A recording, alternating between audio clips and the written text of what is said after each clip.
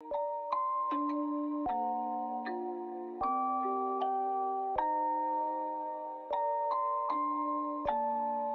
on that beat, going crazy.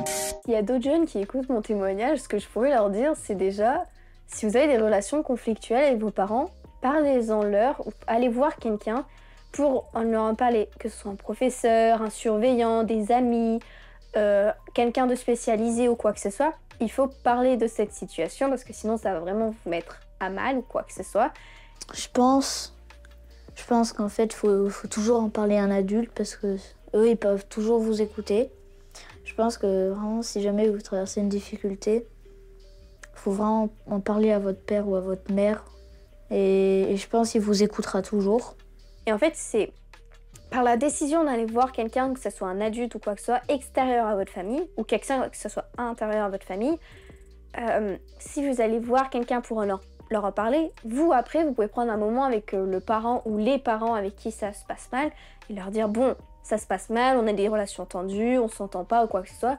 Est-ce qu'on pourrait pas essayer d'améliorer parce que moi je le ressens vraiment pas bien et vous, je pense pas que ça vous fait plaisir que vous m'engueuliez tout le temps, vous me punissiez tout le temps ou quoi que ce soit. Qu'est-ce qu'on pourrait faire pour améliorer? Moi je sais qu'il faut que je fasse des efforts, il faut que vous aussi vous fassiez des efforts, mais en fait, c'est qu'il faut que ça soit donnant-donnant. Il faut pas que ça soit que d'un seul côté, que ça fasse des efforts, parce que sinon ça va dans une relation à sens unique, et là c'est pas bon non plus. En fait, il faut que les deux parties puissent en fait se dire, eh ben, on se pose, on parle, et on se dit ce qu'il y a à se dire dans la limite de la politesse ou quoi que ce soit. Faut se dire que ce qui vous arrive, ça arrive à tout le monde, normalement, hein, je pense, et que c'est comme ça, et que oui, vraiment, faut en parler à un adulte, parce que je pense que c'est la meilleure solution. Mais en fait, on va leur expliquer ce qui se passe et pourquoi est-ce qu'on se sent pas bien et on se sent pas en sécurité, entre guillemets, avec ces personnes-là. Et c'est à ce moment-là où en fait on va commencer à parler que ça va s'améliorer les relations et qu'il y aura plus de non-dits et qu'il y aura même une meilleure entente sans doute.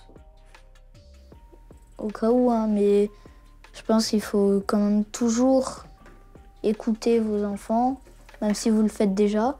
Bah, écoutez les ados et arranger un truc entre l'ado et le parent. C'est-à-dire? Bah, s'il demande une chose, mais le parent il est pas d'accord, et bah, il peut essayer d'en parler. Il peut faire un compromis, l'ado et le parent, pour une chose. Parce que dans l'adolescence, il y a certaines choses qui seront compliquées, que les adolescents, ils vont des fois vouloir vous parler, mais d'une manière à peut-être que vous n'allez pas comprendre, et essayez toujours de persévérer à comprendre ce qu'ils veulent vous dire.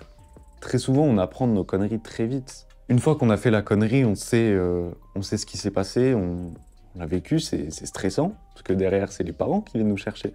Donc en plus, si derrière, il n'y a pas une relation incroyable, ça détériore encore plus.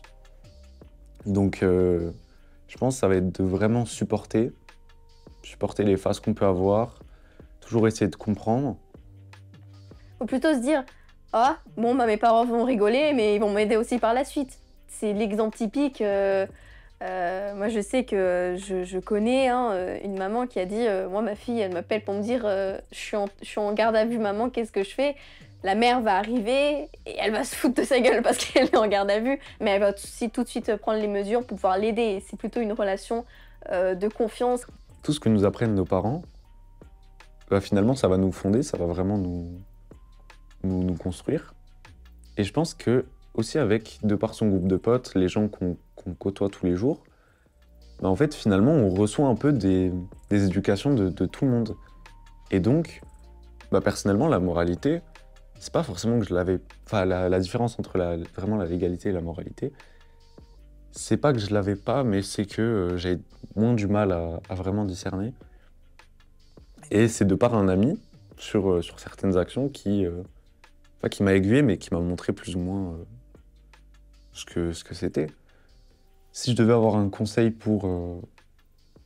même pour tout le monde, en fait, ça peut toucher tout le monde, se poser vraiment la question du sens, du pourquoi on fait tel truc, pourquoi je continue à écouter de la musique, pourquoi... c'est vraiment essayer de comprendre le sens Pourquoi on fait ça?